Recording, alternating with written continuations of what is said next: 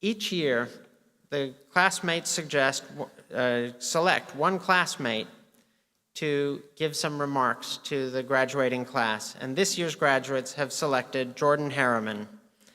This morning, Jordan will receive a master's degree in public policy with a specialization in international security and economic policy. Most of our students come from around the world, around the country. Jordan hails from Skaggsville, Maryland, close to home. He didn't get lost coming here today, I'm glad to see. Jordan graduated from the University of Maryland, College Park, with a bachelor's degree in English literature. He obtained a job at the U.S. Capitol during the era of budget face-offs and deficit debates. And in that period, he developed a very strong interest in economic policy. That led him to return to our school to study a master's degree. During his studies, Jordan was able to see new parts of the world and meet influential trade and economic policymakers in Washington, D.C. In addition to Jordan, along with Amy Fisher, who is also graduating today, co-led a very active and remarkable Policy Student Government Association. I would like to thank you both for your incredible leadership throughout the year.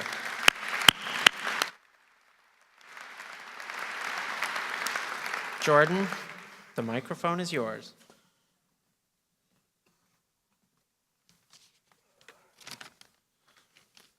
Thank you, Dean Norm. Good afternoon, everyone. I'm honored to have been selected to speak before you all today. You know, when one is offered the chance to make a speech, I think it's only natural to look to the giants of oratory for inspiration. And who better to inspire nascent policy students than American presidents, some of whom have been our most eloquent speakers? I thought perhaps maybe I should invoke President Lincoln's solemn defense of democracy at Gettysburg, when he asked the people to ensure that government of the people, by the people, for the people, shall not perish from the earth. Or perhaps I could echo President Kennedy's call to public service and ask what you can do for your country.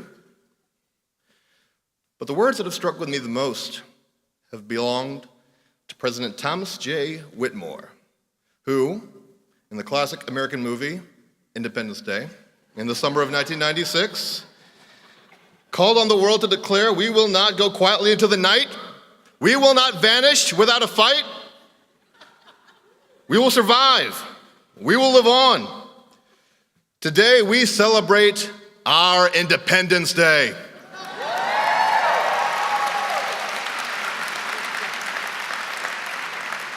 So congratulations, my fellow class of 2015 graduates. We do celebrate our Independence Day, and we go out into the world now to utilize the skills that we've acquired and tackle the problems before us.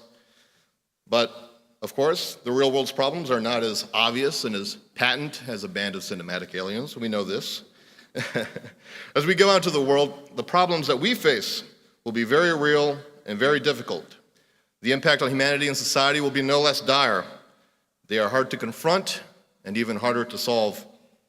The effects of global warming will grow worse in the next century. The poorest and most vulnerable of the world's populations will be impacted most of all.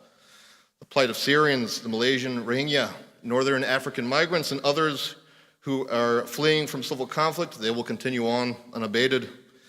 Within American borders, too many inner-city residents and others suffer from systemic injustices. To solve these complicated and diverse set of problems will require cooperation, dedication, and persistence. But fortunately, I can't imagine a finer room of intelligent, motivated, passionate people ready to do their best to solve these problems. I've been proud of my time here to meet a variety of students whom I can call colleagues and friends. Much of my education here has not just been in the classroom, but in listening to the advice and experiences of my fellow students.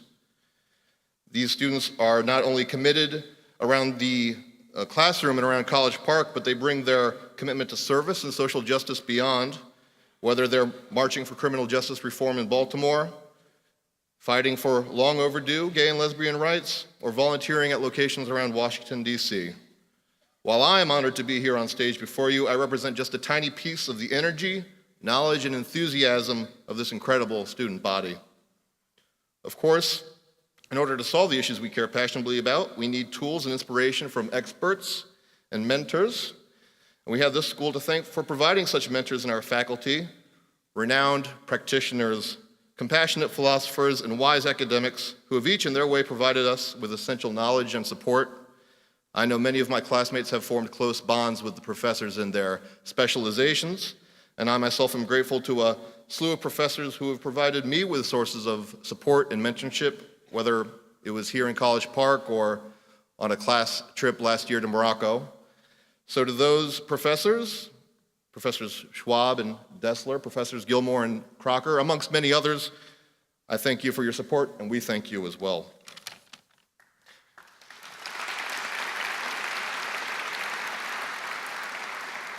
The efforts of our student body and our faculty are limited without effective leadership, so I want to thank Dean Orr as well and echo my thanks to the whole PSGA leadership team for the leadership that they've shown this year.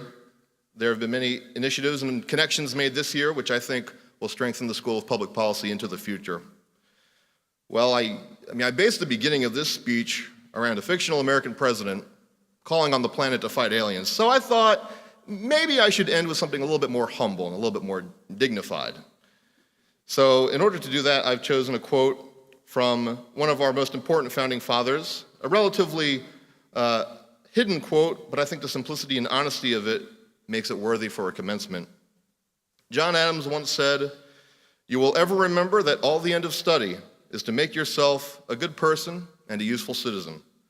No doubt if President Adams could survey this room, he would agree that the good and the usefulness which this student body already possesses in great sums will be magnified by our studies and what we do in this world with our careers. So, I invite you all, let us go forth and continue to be ever good people and useful citizens. Thank you.